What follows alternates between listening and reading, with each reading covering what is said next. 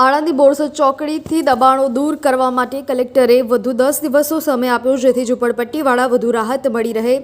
બોરસદ ચોકડી પાસેથી 50થી વધુ લોકોએ સ્વેચ્છાએ જગ્યા ખાલી કરી દીધી છે।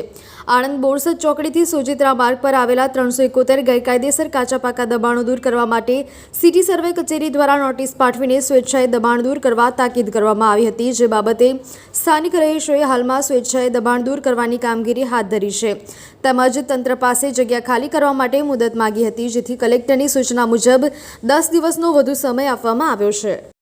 પ્રાંત અધિકારીએ વધુમાં જણાવ્યું હતું કે આ તમામ લોકોને બાકરોલમાં જગ્યા ફાળવી છે, પરંતુ તેઓના આગેવાન દ્વારા ગેરમાર્ગે દોરવાનું કામ કર્યું છે। ખાસ કરીને બાકરોલ પ્લોટ માટે જરૂરી કાર્યવાહી સહિત કેટલીક ભરવાની રકમ અંગે કોઈપણ જાણકારી આપી ન હતી, તેના કારણે જગ્યા મળી નથી, પરંતુ હવે તેઓએ તમામ કાર્યવાહી કરવાની ખાતરી આપીને આગામી દિવસોમાં સ્વેચ્છાએ દબાણ દૂર કરી દેવા જણાવ્યું છે, જેથી તંત્ર દ્વારા તેઓને જગ્યા ખાલી કરીને નવી જગ્યા જવા માટે સમય મળી રહે તે માટે વધુ 10 દિવસનો સમય આપવામાં આવ્યો છે।